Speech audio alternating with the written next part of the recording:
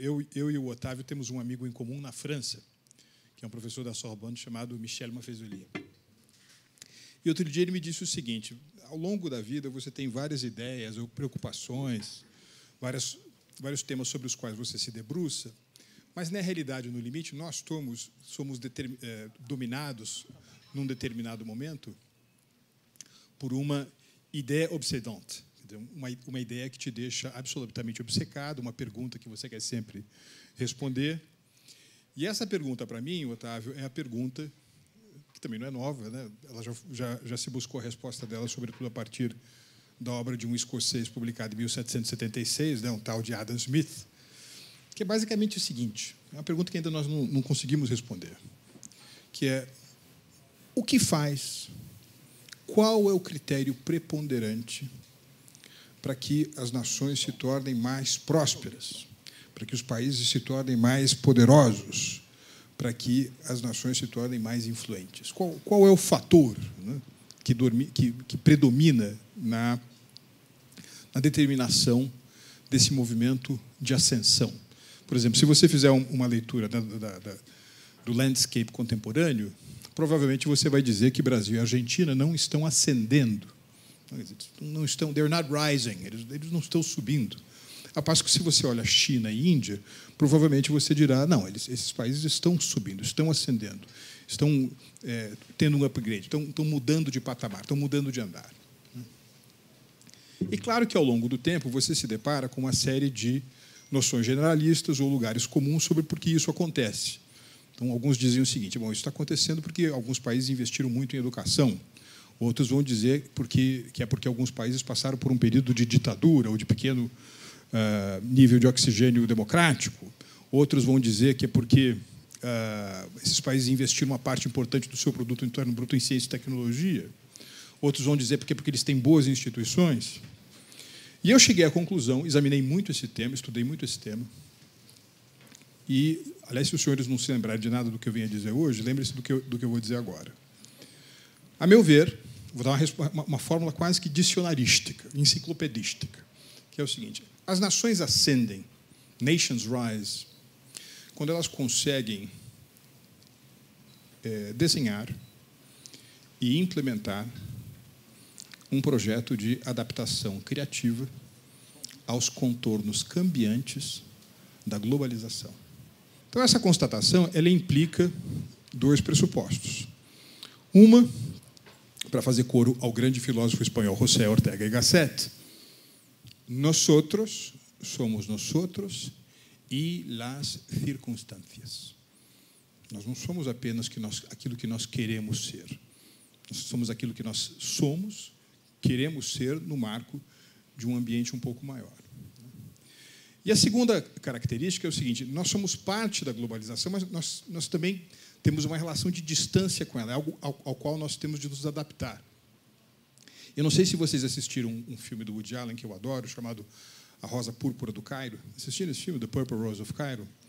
E a trama é mais ou menos o seguinte: você tem uma moça que é uma moça muito simples, que gosta muito de ir no cinema, é aquele cinema dos anos 20, dos anos 30, né? Os grandes galãs de Hollywood. Ela vai no filme e ela assiste o mesmo filme várias vezes.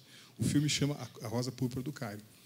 E quando ela está assistindo, sei lá, pela 27ª vez o filme, o galã do filme vira para ela na plateia e fala: escuta, por que você veio aqui de novo? Né? Então ela começa a interagir com aquela coisa do filme, ela vai para o filme. Então, a globalização é um pouco assim. Aparentemente, nós estamos fora dela, mas nós estamos dentro dela. É algo a qual nós temos de nos adaptar. O segundo pressuposto é o seguinte: que a globalização ela não é um ente estanque, ou ela não é um conjunto de fenômenos imutáveis. Ela, como na característica de alguns organismos vivos, ela apresenta certas características que permanecem as mesmas durante um certo período de tempo, mas depois essas características mudam. Né? Então, nesse sentido, o grande segredo de como você constrói a estratégia para fazer a sua adaptação competitiva à globalização é, no limite, ler os principais vetores, ler no sentido de scan. Né? Você faz um scanning dos principais vetores da globalização, tenta esmiuçar, fazer essa radiografia de quais são os principais vetores e, aí sim, utilizar um jogo de que vantagens comparativas ou competitivas ou desvantagens, que portas estão abertas, que portas estão sendo fechadas para você. Então, rapidamente, como é que eu vejo que é a trajetória da globalização e por que talvez faça sentido, como Otávio propõe, falar numa nova globalização. Se alguém me perguntasse quais são as principais características da globalização, elas eram essencialmente 4. Né?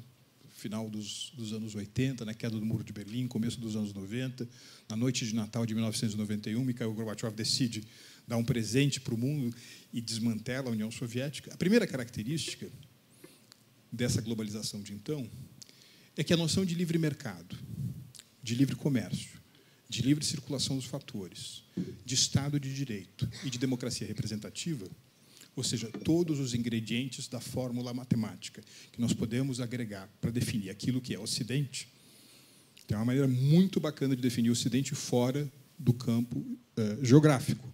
O Ocidente é igual à democracia representativa, mais Estado de Direito, mais economia de mercado e livre comércio.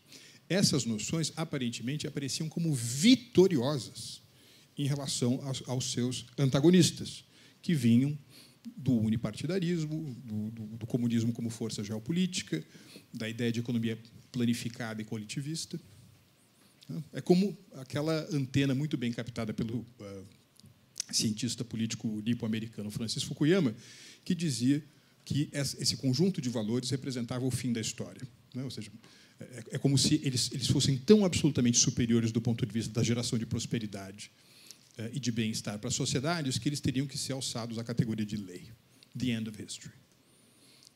Segunda característica desse mundo de 25, 30 anos atrás. Ora, existe um parentesco siamês entre essa primeira característica e uma projeção de como você acha que se encontraria delineado o poder no século XXI.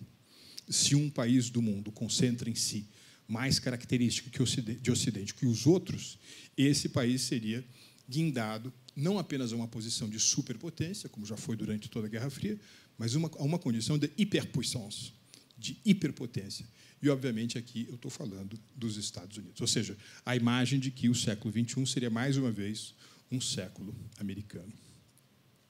Terceira característica, que é um processo que já começa muito fortemente lá para trás, que, obviamente, só ganhou escala e velocidade até hoje, que é essa transição dramática, brutal, do eixo geoeconômico do mundo, do meridiano geoeconômico do mundo, do Atlântico para o Pacífico, do eixo Américas-Europa para a Ásia-Pacífico. Agora, curiosamente, a locomotiva que puxava esse trem adiante 25, 30 anos atrás não era a China. Aliás, você não falava em China a não ser para descrever um problema, porque, afinal de contas, já no começo dos anos 80, a China tinha atingido a nada invejável marca de 1 bilhão de pessoas. Aparentemente, naquela ocasião, a locomotiva que puxava o trem asiático rumo à prosperidade era o Japão. Tá certo? O Japão que estava comprando o mundo, o Japão que tinha comprado metade do La Défense, o bairro moderno de Paris, tinha comprado o Rockefeller Center. O método de teoria just-in-time da Toyota era a bíblia dos livros de administração de empresas, assim como a teoria Z. E tem um livro dessa época, eu não sei se o Otaviano se lembra, do Paul Kennedy, chamado The Rise and Fall of the Great Powers. E na capa do livro, o autor ilustra essa corrida por supremacia mundial como se fosse uma espécie de rally de bicicleta. Então, na curva descendente do mundo, como a designar a sua perda de relevância, você tem sobre a bicicleta o John Bull, que é o típico personagem britânico. No topo do mundo, mas com a roupa toda em frangalhos, a figura do tio Sam. E na curva ascendente do mundo, como se dizendo, bem, se alguém vai poder, pelo menos do ponto de vista econômico, de alguma forma, questionar a supremacia dos Estados Unidos, você via sobre a bicicleta a figura de um robusto e saudável lutador de sumô japonês. A ideia, mais uma vez. Aliás, tem uma frase muito interessante, não sei se o senhor Otávio já ouviu, sobre esse período, que é mais ou menos o seguinte: The Cold War is over, and the winner is Japan. Aliás, a The Economist, não sei se vocês já ouviram isso, ela diz que só tem 4 tipos de país no mundo: os países desenvolvidos, os subdesenvolvidos, a Argentina e o Japão. É famoso isso. Quarta característica dessa globalização de 25 anos atrás, que tem que ver muito com aquilo que o Otávio mostrou, ou seja, como é que você processa a inovação. E inovação naquele momento tinha como paradigma a espécie de, digamos assim, reinvenção corporativa, cujas linhas gerais, né, cujo mantra havia sido exalado pelo processo de reinvenção corporativa de um gigante chamado IBM. Quem aqui sabe o que quer dizer IBM, essas 3 letras? International Business Machines. Machines, que é um negócio físico, tangível, né? Era isso que a IBM fazia. A IBM fazia aqueles gigantescos computadores do tipo mainframe, que eram do tamanho desse auditório e que precisavam de sistemas de refrigeração tão grandes quanto os próprios computadores. E, de repente, ela sai desse mundo, vai para o mundo dos personal computers, depois vai para o mundo daquilo que seria o embrião do Big Data, do Analytics, dos Information Systems, criando, portanto, as bases para a sua autodestruição criativa. Algumas empresas não fizeram isso. Lembram-se de um animal chamado Olivetti? Cadê ela? Tá certo? Aliás, nesse período, não existe a expressão muito utilizada aqui pelo Otávio de empresa startup. Não existe esse conceito no comecinho lá da globalização, no final dos anos 80, dos anos 90. Naquele período, startup nada mais é do que uma derivação daquela música dos Rolling Stones, If You Start Me Up. Lembra daquele disco Still Life? Não havia, nesse sentido, de uma empresa de base tecnológica, com jovens empreendedores, com acesso a capital anjo, que trabalha num ecossistema muito encorajador de inovação. E a quinta característica, amigos, é a de que nessa fase da globalização, nós estávamos certos de que éramos todos passageiros, né, de um veículo que nos conduzia a um processo inescapável de integração econômica, política e jurídica com os nossos vizinhos. E talvez o exemplo dominante dessa tendência, obviamente, tenha sido a União Europeia, né, que criou um parlamento comum em Bruxelas, um tribunal comum em Estrasburgo, meu Deus, uma moeda comum, um banco central europeu. Eu servi na ONU nos anos 90 e eu conversava com alguns meus colegas europeus e eles diziam o seguinte: olha, no futuro os alemães vão ser menos alemães e mais europeus. Os portugueses vão ser menos portugueses e mais europeus. Tanto isso é fato que essa foi uma experiência clonada, ainda que em escala menor, em outras partes do mundo. Por exemplo, aqui no Mercosul. Se você pegar hoje a página do passaporte brasileiro, logo na capa, o que você vê? Você vê a imagem do Cruzeiro do Sul, a inscrição República Federativa do Brasil, e que palavrinha que aparece mais? Mercosul, como se o Mercosul não fosse uma opção de política externa, mas sim um destino do qual a gente não consegue se atrelar. Ou seja, mais uma vez, numa longa caminhada rumo à globalização, haveria essa escala que seria a integração política, econômica e jurídica regional. Se essas 5 características que eu acabei de descrever de vocês fossem um filme, os 5 capítulos de uma série, que nome nós daríamos à série? Então, a minha sugestão a vocês é de que essa série, ou que essa fase da globalização, que pode, cronologicamente e arbitrariamente, ser centrada, digamos, do fim do Muro de Berlim, the fall of the Berlin Wall, até o fall of Lehman Brothers, ou seja, em 2008, que é um período longo. Tá certo? Minha sugestão é que essa fase foi uma fase de globalização profunda. Deep globalization. Mas de 2008 para cá, nós não estamos mais nesse ecossistema. Não estamos mais nesse ambiente. Não estamos mais nesse ar do tempo, como gostam de dizer os franceses. A globalização mudou. Ela evoluiu. Não no sentido de ser aprimorada, mas a fila andou. E onde nós tínhamos, 25 anos atrás, a certeza, né, do predomínio, do triunfo dessas características ocidentais que eu mencionei para vocês, essas características hoje são não apenas questionadas por modelos, abre aspas, alternativos, como o modelo chinês, mas também são objetos da mais dura crítica intestina vindo das próprias sociedades ocidentais. Características que, num momento mais superficial, apareceram em movimentos como o movimento Occupy Wall Street, mas que ganham plena expressão com decisões monumentais, como a decisão dos britânicos de sair da União Europeia, ou então com a eleição do nosso querido Donald Trump. O que, entre outras coisas, quebra uma espinha dorsal de política externa americana e de Weltanschauung, né, de cosmovisão americana, que vinha do presidente Truman até o Obama. Tá certo? Muito grande, um período muito longo que está sendo questionado por esse momento. Ou seja, onde nós tínhamos a certeza do triunfo do Ocidente, hoje nós temos um gigantesco ponto de interrogação. Segunda característica, se é verdade ainda que provavelmente nessa trama global, aqui no teatro, o ator mais importante, o protagonista, ainda são os Estados Unidos, e daqui a pouco eu vou dizer que eu acho que eles ainda continuarão muito tempo nessa posição de destaque, eles seguramente não são mais hegemônicos. Né? Eles estão sentados a uma mesa com uma série de coadjuvantes super importantes, inclusive como o caso da China. Né? E se a China crescer, aliás, tenho até vergonha de dizer isso na presidência do Otaviano, porque ele sabe melhor, mas se a China crescer mais ou menos com um piso de 6% ao ano, todo ano, durante os próximos 10, 12 anos, e os Estados Unidos crescerem na média menos de 2%, a China, lá para 2029, 2030, ultrapassa os Estados Unidos na condição de maior economia do mundo. Trata-se de um eclipse. Trata-se de um eclipse não observado na história da humanidade desde 1871, que é o ano em que os Estados Unidos ultrapassam a Inglaterra na condição de maior economia do mundo. Enfim, é uma coisa absolutamente extraordinária. Ou seja, nós estamos vivendo um mundo também em que a China é cada vez mais onipresente. Terceira característica desse nosso mundo contemporâneo, que tem que ver com inovação. Claro que você tem esse processo de reinvenção das grandes companhias, mas, como o Otávio mostrou aqui, você tem uma celeridade, né, uma aceleração da construção de empresas transnacionais intensivas em tecnologia que é absolutamente brutal. A distância, né, a trajetória entre ser uma startup e ser uma gigante global, ela se encurtou demais, cronológica e financeiramente.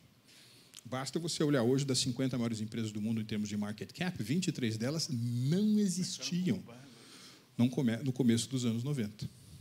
E isso, de certa forma, mostra também uma das grandes competições dessa nova fase de globalização que vem aí, que não é necessariamente a competição entre o gigantesco poderio naval que a China está construindo ou a ideia de que a Marinha dos Estados Unidos é a rainha dos oceanos. Mas é, sim, uma competição entre o GAFAM e o BARTS. Google, Amazon, Facebook, Apple, Microsoft, Baidu, Alibaba, Renren, Tencent, Xiaomi. Tá certo? Essa é uma briga de cachorro grande. Quarta característica desse nosso mundinho aqui da globalização. Onde nós achávamos, né, nós tínhamos a certeza dos processos de integração regional, essa certeza não está mais conosco. O trem está descarrilando. Vimos o caso dos britânicos. A bola passou absolutamente raspando no caso da França, no caso da Holanda, no caso da Áustria, no caso da Itália. Nós não temos mais nenhuma certeza se esse mundo em que o Estado-nação é substituído por alguma forma de outro animal na floresta, que são esses processos de integração, será uma característica da cartografia que nós vamos ver de agora até os próximos 25 anos. Ou seja, como eu disse num livro recente, a minha impressão é que nós substituímos aquele ecossistema da globalização profunda por um ecossistema onde nós estamos hoje de desglobalização. Você vê que em inglês fica super bonitinho, ó. From deep globalization to deglobalization. Desglobalização, no entanto, não significa, em alguns casos até significa, você desfazer aquilo que você fez. Mas a melhor analogia é a analogia que você obtém a partir da comparação dos termos aceleração e desaceleração.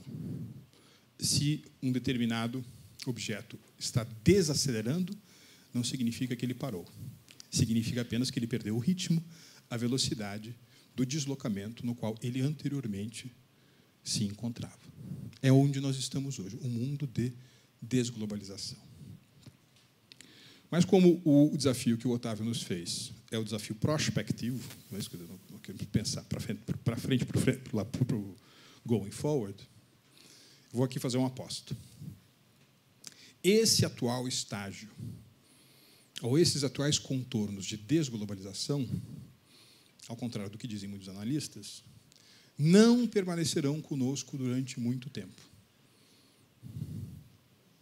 E se nós tivéssemos que apostar numa feição da nova globalização que vem por aí, na realidade, talvez os seus rudimentos, os seus sinais, né, já estejam conosco. A minha aposta, amigos, é que nós vamos ingressar, muito em breve, num período, numa fase da história, que a gente poderia intitular de reglobalização. From deep globalization to deglobalization, and now reglobalization. Só que essa fase de reglobalização, que em muitos sentidos é sinônima daquilo que Otávio chama de nova globalização, ela não significa voltar para o lugar onde você parou quando estava rolando a tal da globalização profunda. É uma outra coisa. It's a different ball game. E ela vai ser o resultado, sobretudo, a meu ver, de 4 forças principais. A primeira dessas forças é a maneira pela qual vai se resumir, ou melhor, vai se decidir esse dilema hamletiano, existencial, por que passam os Estados Unidos da América. Né? Ser ou não ser uma potência de projeção global, voltar àquilo que idilicamente nós éramos antes da Primeira Guerra Mundial, ou seja, oferecer feições geopolíticas e geoeconômicas à noção de American First, ou, pelo contrário, mantermos engajados no mundo. A minha aposta aqui, de que coelho vai sair da cartola desse dilema existencial dos Estados Unidos, é que, por força da própria competição geopolítica e por força do interesse das transnacionais, cuja titularidade acionária pertence majoritariamente a norte-americanos, e lembrem-se, nenhum país do mundo tem tantas empresas transnacionais quanto os Estados Unidos. Os Estados Unidos, juntamente com a Suíça e provavelmente com a Holanda, são um dos poucos países rede, network countries do mundo. Eles vão permanecer com uma presença global muito importante. E uma implicação natural disso que eu estou dizendo é que talvez o ciclo trumpista seja mais curto do que nós imaginamos, né? Por razões assim razoavelmente só 5 minutos, tá bom? Por razões razoavelmente elementares, né? Ou seja, aquilo que a General Electric faz na Índia e exporta para a Indonésia é realizado contabilmente como se fossem exportações indianas e importações da Indonésia, mas na realidade é uma atividade que, se lucrativa, está pagando dividendos onde majoritariamente? Nos Estados Unidos. Está certo? Nos Estados Unidos. E, dadas as características desse país, portanto, os déficits comerciais, que geralmente são vistos como atestados de enfermidade pelos atuais condôminos da Casa Branca, não servem exclusivamente, essa é a minha perspectiva, como sinal de saúde da economia dos Estados Unidos. Sabe qual foi a última vez, o último ano em que os Estados Unidos tiveram superávit comercial com o resto do mundo? Foi no longínquo 1977. 41 anos de sucessivos déficits comerciais. Não é só uma questão de que é um país que poupa pouco e, portanto, ele consome muito do resto do mundo. É também uma característica da expansão, eu não gosto muito dessa expressão, mas do capitalismo americano transnacionalizando-se ao longo desses últimos 75 anos. Segunda característica desse mundo que vem... Então, enfim, só para concluir essa primeira. Os Estados Unidos continuarão como um arquiteto super importante. E, provavelmente, seja pela sua característica inovadora, e seja por conta dessas medidas mais conjunturais, pontuais, como a reordenação tributária dos Estados Unidos, uma aposta minha é que os Estados Unidos serão um dos grandes países, perdoem a expressão, emergentes do século XXI. Segunda característica é a extroversão da China. A China, que era um bicho tímido, aquele panda grandão, bobão e tímido, tá certo? Ensimesmado. Quais são as 2 obras arquitetônicas mais conhecidas da China? É a Cidade Proibida em Pequim, proteger aquilo que é interno daquilo que é externo. E a mais conhecida delas é qual? Para que quiser uma muralha chinesa? Para proteger aquilo que é externo, para daquilo que é interno daquilo que é externo. A China agora está promovendo pela primeira vez na sua milenária história um cavalo de pau, uma extroversão que não é apenas visualizável na sua hipertrofia comercial, mas é no fato de que se tornou um dos poucos países do mundo que ainda titularizam operações do tipo empréstimos governo a governo, grande foco irradiador de investimentos estrangeiros direto e construindo uma família de instituições plurilaterais para se rivalizarem com aquelas em que o meu amigo Otaviano Canuto brilhantemente trabalha. A criação de um banco asiático de infraestrutura e investimento, a sua propriedade do novo Banco de Desenvolvimento e essa enorme estrutura de financiamento em torno do projeto One Belt, One Road, que faz o Plano Marshall parecer brincadeirinha de criança. Terceira característica desse mundo que vem por aí, já vou acabar, Otávio, é o que a gente poderia chamar de The Rise of the Rest, a ascensão dos outros.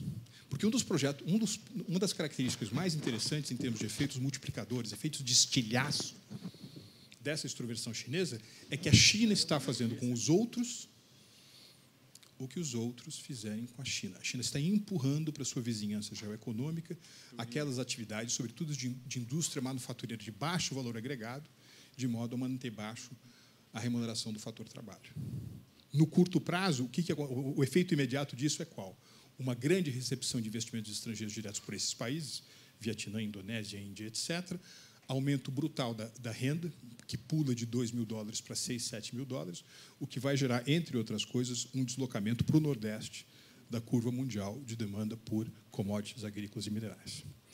E quarta característica dessa reglobalização que vem por aí, Otávio esmiuçou isso com perfeito, é aquilo que na Alemanha chama de indústria 4.0, em Davos chama de quarta revolução industrial. O termo que eu mais gosto é quarta transformação econômica, porque não é o termo industrial, sobretudo em português, dá muito a ideia de que nós estamos falando de alguma coisa relacionada ao setor secundário, quando, na realidade, o Otávio já disse isso, se você é uma barbearia, uma pizzaria, uma empresa de computação em nuvem, uma empresa de autopeças, na realidade, você simplesmente é uma empresa de tecnologia, cuja principal matéria-prima é um bicho chamado talento.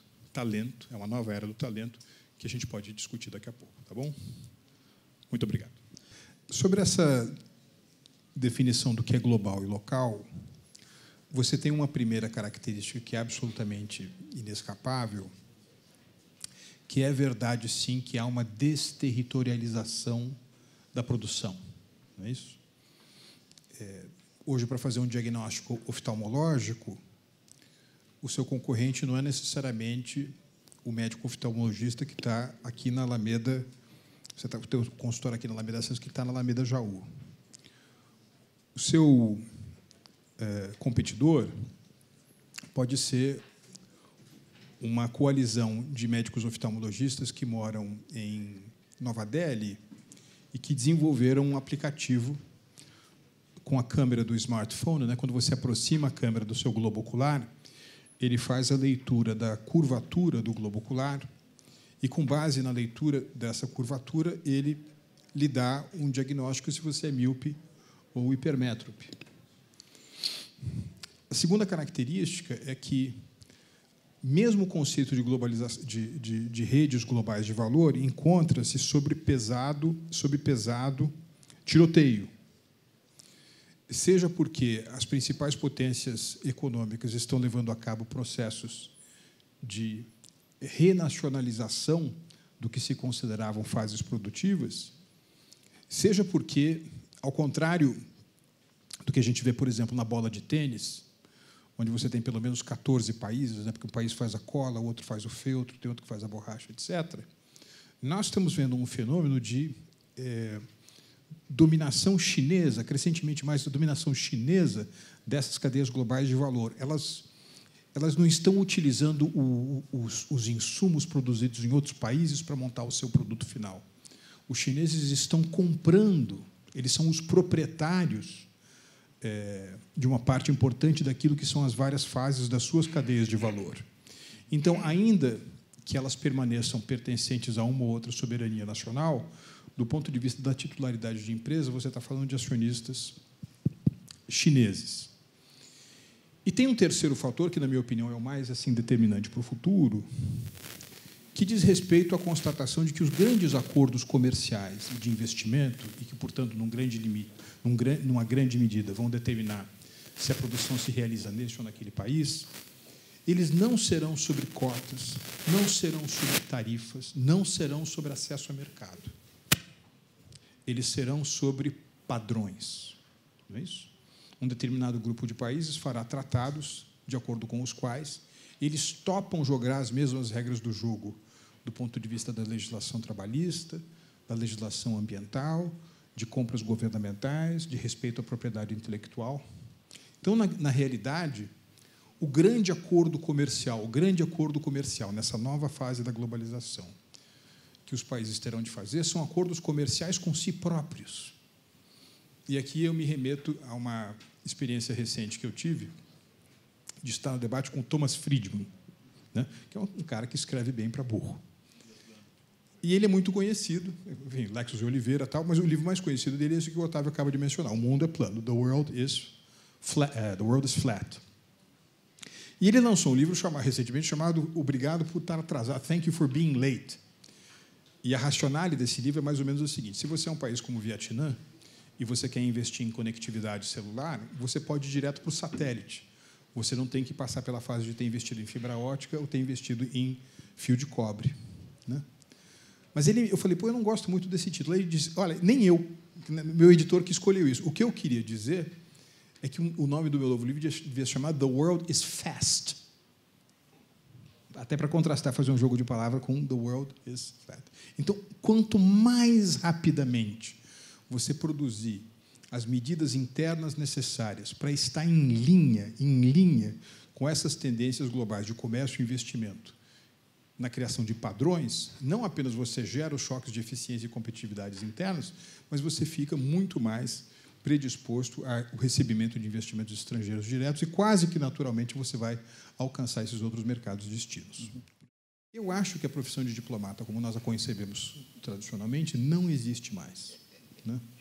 Diplomacia é muito mais uma combinação de um traço de personalidade com um método para você obter algumas coisas, tá certo?